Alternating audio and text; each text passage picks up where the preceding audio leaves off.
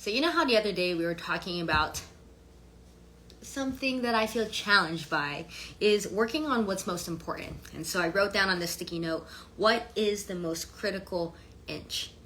And so then I had to ask myself, okay, does that speak true to me? Is that something that I should be following? Is that just old age advice that probably doesn't work for me? As you all know, I don't know why I've been referring to this so often, but just, my human design. And again, I think it's just, for me, it's another step beyond the astrology stuff. And just something I'm experimenting with, seeing if it's something that actually works, speaks true to me. Obviously, it's been speaking true. And so I realized that I ended up purchasing a resource probably earlier this year. And it was like the business human design blueprint or something like that. So I decided to review it last night. And so I was reviewing it based off of my particular profile, which is a 4-6. And what they say is that the line 4 is meant to be the influencer and the 6 is the visionary. And so it's talking about, it was giving me a guide based off of like strategy, content creation, marketing, sales, project management, decision making, integration style, and daily energy habits. And after reviewing all of it and taking notes on it, a lot of it spoke true to me. And so, again, going back to the critical inch, I'm trying to like piece things together and ask myself, like, based off of what I know and what I'm studying and what I'm learning, what makes the most sense to me? And I think when it comes to this strategy, when it comes to the human design, when it comes to being a generator, right? I have to ask myself like a couple questions. One, God, what is the critical inch you want me to move forward with? 1 or 2 things in a day, right? Instead of a long to-do list. And then second, which one do I feel most energized by? And that's something that I've been really appreciating, is being in the ebbs and flow of my own energy throughout the day, and giving myself grace that, putting myself in a season during the day to be like, okay, I'm going to focus for this long. But if I start noticing and having this consciousness that I'm starting to like drift off, I'm like, okay, well, maybe I need to go stand outside, or maybe I need to go for a walk, or maybe I just need to take a breather because I've been looking at this for too long. And so I think the biggest lesson that I'm learning for myself is that there's a lot of information out there, y'all, and that I'm going to experiment and try something different. What I learned in my strategy as a human design and as a generator, it's so much opposite of what most entrepreneurs, creativepreneurs, personal development, professional development hacks are talking about. And so like, even for one, it's talking about quality over quantity of posts. Another one where it's like, they tell you to be consistent, and if you don't feel consistent in it, then it's like they would rather you have quality posts instead of the quantity of it. But another thing I learned in this was like, okay, because I read a lot of things or I listen to a lot of things, that's me responding to my environment. It's telling me that like I can't just like pull something out of like thin air or whatever and like have an idea about it. It's me responding to my environment and trying to make sense of the world. And that's how I get to come on here. Every time I come on here, this is my little trigger, as you can say. Once I see the sun going down and I was like, oh, I haven't done my post for today yet. I'm like, okay, like I sit here and I think, I'm like, what's been in my environment lately? What have I been thinking about, And so I think for me, coming on here is just showing the thought process and the work that I'm currently in. It's so much more of a deprogramming and a reprogramming. It's having to synthesize all of the information I'm taking in, and all the knowledge I'm taking in, and more importantly, integrating it. And then like even right here, it talks about my integration style is very independent. Like I don't like hearing what other people and their thought process. Like I'm not a fan of like group think. I'm not a fan of just like kind of going with what people are going with, I would rather like process the information on my own. And a lot of times I'll go into like journaling and like just having my personal analysis of my independent work. And so I have to like step away from others and like see what makes sense for myself, and like even now being in this like mini sabbatical, I was talking to a friend recently and they were saying, it seems like the work that you're doing is very isolating. And I was like, no, it's not isolating. It's a choice of separating at this point, right? Like I'm choosing to separate for a little bit so I can do this self-reflection, this personal analysis, this independent work without the influence and the distractions of everybody else. And so I know you all are like, I don't know. Actually, I'm making assumptions. Excuse my projection. But maybe some people are on here like, K.Short, you're showing up here as close to every day as possible. What are you trying to show us? What are you trying to tell us? Why does this matter? And for me, it matters because I don't think there's enough examples of showing this messy middle, this transition. If you remember in a few videos back, we talk about that, like imagine our life is a song and we're the DJ and we're currently scratching in the transition. And you know, there's some DJs out there that are just like freaking going crazy on that transition. And it's a hard transition, you know, in a good way. Like it's so complex and so different, and it's really blending in these two worlds together, these two songs, whatever the case may be. And then there's some DJs that just next song. Okay, I would like to think I'm somewhere in between that, you know. And again, but those are the parts I don't want to come back to this video a year from now and be like, where were you? What happened?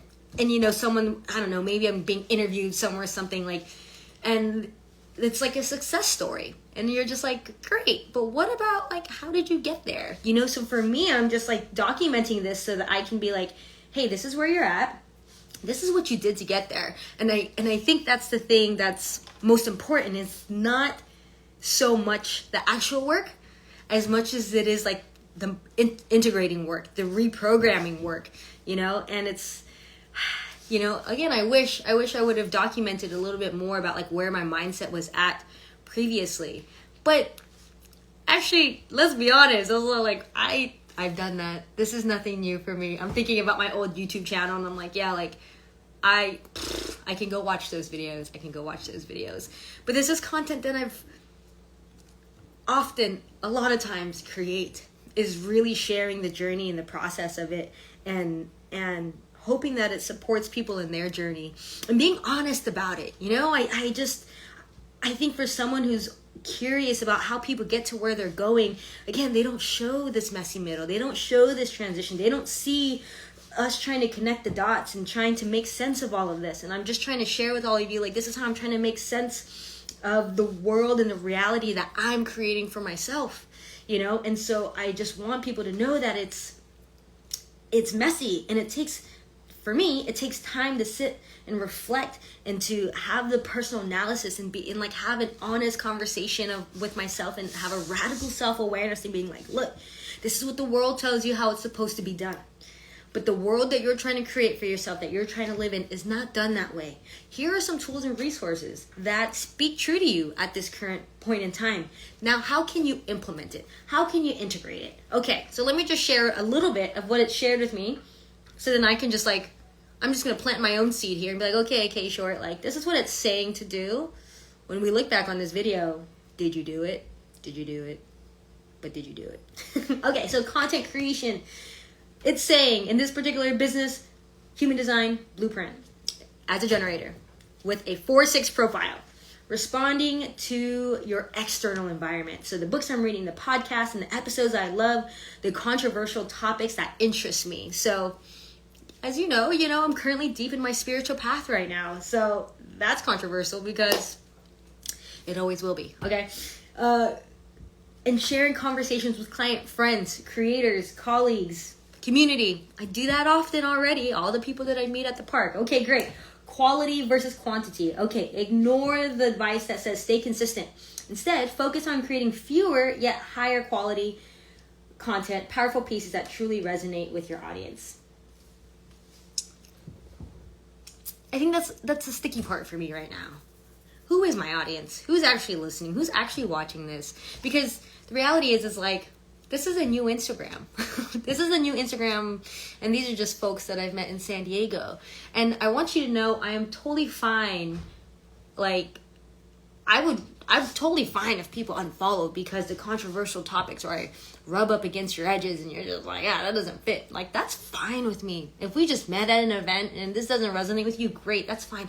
I would much rather this space, this place, I really want to just like cultivate the people that I'm supposed to be working with, the students I'm supposed to be helping, the young people I'm supposed to be mentoring, the people I'm supposed to be guiding, and vice versa, people who also have that similar calling and are doing work that we feel like we're very complimentary. Like, this is what I want this space to be. So if this doesn't resonate with you, that's okay. We met and it was for that moment. Like, do you, boo. Like, go where you need to go, what resonates for you in your path. If this doesn't, I'm not offended. This is just the internet. Instagram is not even gonna be here forever. So I'm just taking advantage of it because it's here now.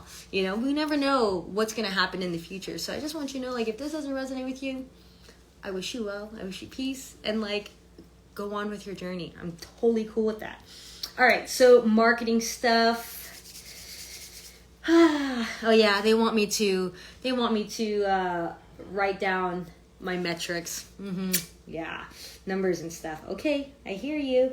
And it wants me to also optimize my online presence for discovery. So SEO and SMO stuff, which is going to be interesting. So if anyone knows how to do SEO and SMO stuff, I mean, I could Google it and figure it out. But like, if that's your thing, I would love to see if there's a trade that you would like to embark on.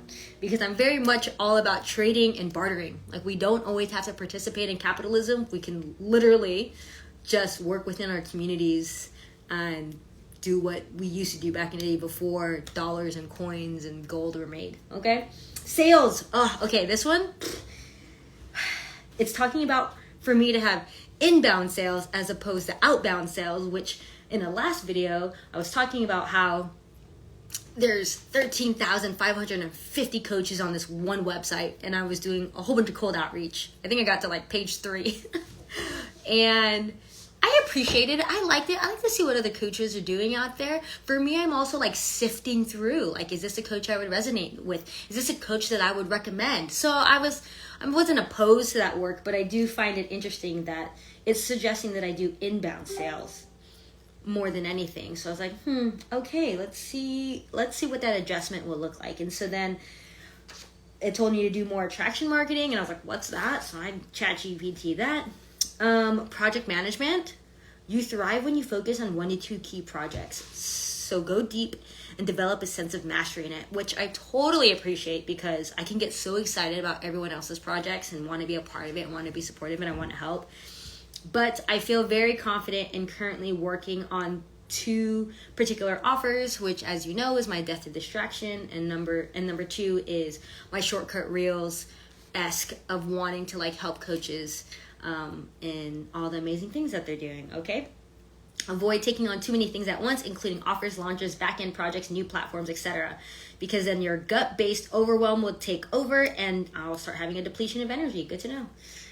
Decision making, trusting your gut, full body yeses. Ooh, I really appreciated this. It says if you feel a knot in your stomach or a contraction or an aversion or a drop in energy, then obviously it's a no. But this one right here says if it feels unclear or indecisive, it just means not right now. And I'm, as someone who's been very heady in the past, very, very, very heady, very intellectually driven, and now I'm in a season of like really tuning into my body and wanting to follow where that energy flows, and feeling into my gut area and that sacral authority. Like, that's so new to me that yeah, it's taking some practice. It's taking some time to really sit in that. And I think that's something that we have to remember, is that our bodies know so much more than our minds to some extent. And so I think somehow we've been programmed in a way to not trust ourselves in that way, to not trust those gut feelings, if you're a generator,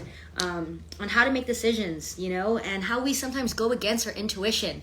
And so it's been a really beautiful practice, setting into that and being like, okay, like, that's what my body feels like, and having that consciousness instead of making my brain intellectualize, like, well, this makes sense and this is logical and, you know, point A to point B. It's like, well, your body literally telling you, no, don't take on that project. Literally, no, don't be in a relationship with that person, whether it's co-workship, creative ship, whatever the case with it, whatever it may be. And then the last thing it showed in this strategy in business with the human design is just daily schedule flow, daily energy review, and things of that sort. So as you all know, when it comes to like actual data and stuff, not my strongest suit, but worth implementing, worth trying, worth moving forward. So as I just shared with you all in this business blueprint based off of your human design, this is very much going against everything that I think I've been consuming. And so now I'm in a process of wanting to try something different. So when you get information like this,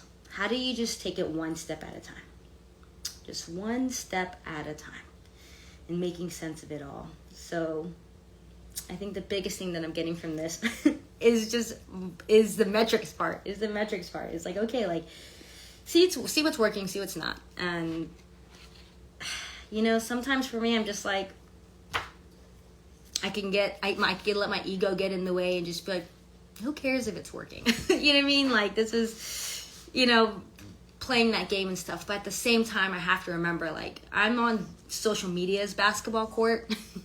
And there's a game to this that is asking to be played. And the reality is like, once I get out of my ego's way and once I get out of my own way, the whole point of playing this game is so that I can reach the people who I'm meant to serve. And I think that's the biggest thing that I have to remember is this isn't about me. This isn't about me. And, you know, sometimes with a little bit of only child in me, I can really easily make it about myself. And so how to shift that when it comes to the messaging.